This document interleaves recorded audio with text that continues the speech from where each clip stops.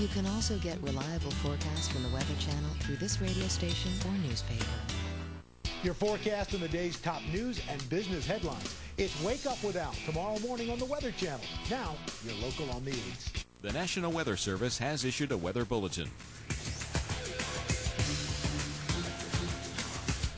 Currently in our area, 68 degrees with heavy rain.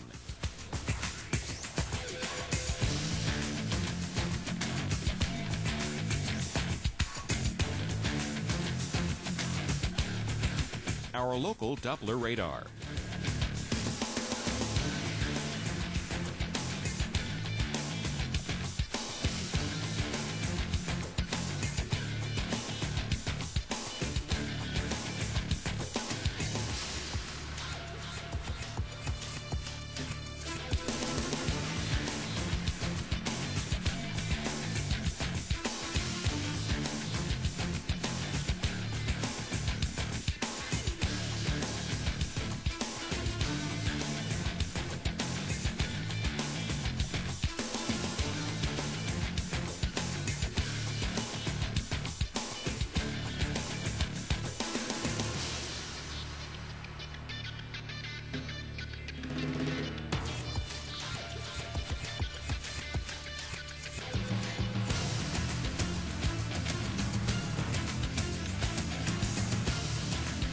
For tonight, windy with rain, heavy at times, low 64, winds north-northeast at 25 to 35 miles per hour.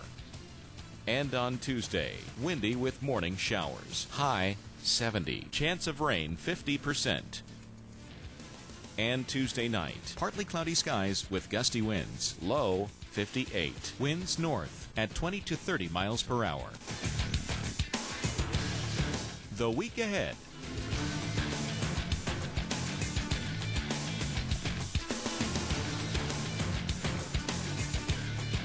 The time. 6 a.m. The place. The Weather Channel. The man. Al Roker. Wake Up with Al.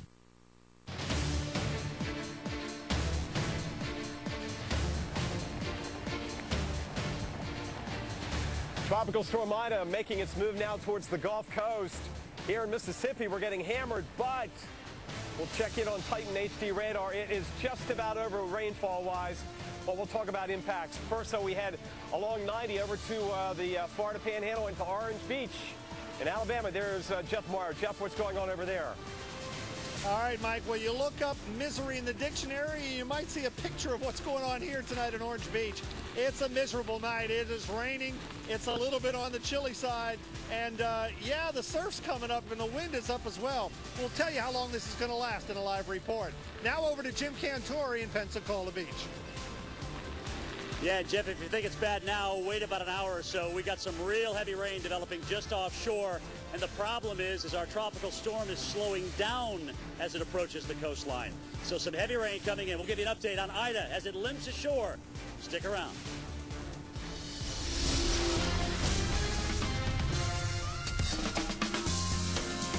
All right, welcome to Weather Center with Cantori and Steele. Of course, Cantori out this evening out there in Pensacola Beach as we continue to track Ida at this hour.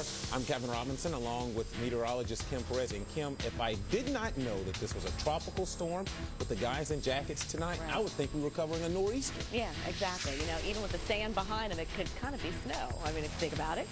All right, this is expected to be a major flood event, not just for the coast, but inland as well. Here's the very latest on this system. Tropical Storm Ida has forced the cancellation of several flights tomorrow at the Gulfport Biloxi International Airport. Outbound flights scheduled before 8 a.m. are canceled. The remainder of today's flights remain on schedule, but airport officials say they are subject to change. And I think we can speak on other southeastern airports, Birmingham, Atlanta, and up into the Carolinas as this rain and wind begins to expand. So you know we're all over this storm. Our teams are spanned along the Gulf Coast. Julie Martin and Mike Seidel are based St. Louis, Mississippi. Chris Warren and Jeff Morrow have the story from Orange Beach, Alabama. And Stephanie Abrams and Jim Cantori are tracking Ida from Pensacola Beach, Florida. We begin with Jim. And Jim, you're right on, thinking this thing is slowing up. Yeah, Kimmy, it's kind of amazing, you know, as I continue to think about this thing and all the different models that I've looked at over the past several days, what is most I guess persistent to me is the big high, the big November Canadian high that's going to build in to the north of this thing. And what kind of a role is it going to play? Is it going to keep Ida far to the south? Is it going to help really build that high in and help Atlanta and help Raleigh, which really could use the rain, by the way, avoid a major rain event? So many still unanswered questions in through here. But one thing's for sure, as we see rain just offshore, there should be concern for flooding and some power outages later on tonight through here. Guys, look at the observations out there, all the way from eastern Florida back to New Orleans. 2 strongest winds last hour at the obs I looked at. Palm Beach, West Palm Beach, gusting to 30 knots, and Gulfport, Mississippi, gusting to 32 knots out of the north. Panama City's out of the southeast, or excuse me, long day, guys, sorry. Palm Beach is out of the southeast, and Gulfport is out of the north. So you have a huge, and that'll...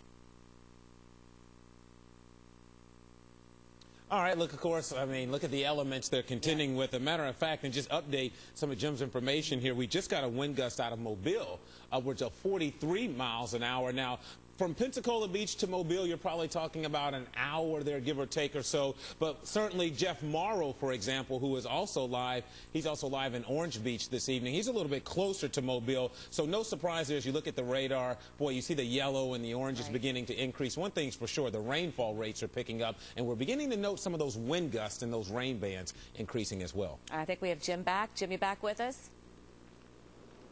Yeah, hey guys, if you look at the wind profile out of Mobile, which is the radar actually looking at the winds up in altitude every 1,000 feet, you can see that, you know, basically at 2,000 or 3,000 feet, we've got 50, 60 knots, 55, 65 miles an hour. Will that be transported down? That's the big question that we're waiting for. We have not seen that except with the exception of back there toward eastern Mississippi. And now you mentioned Mobile's gust.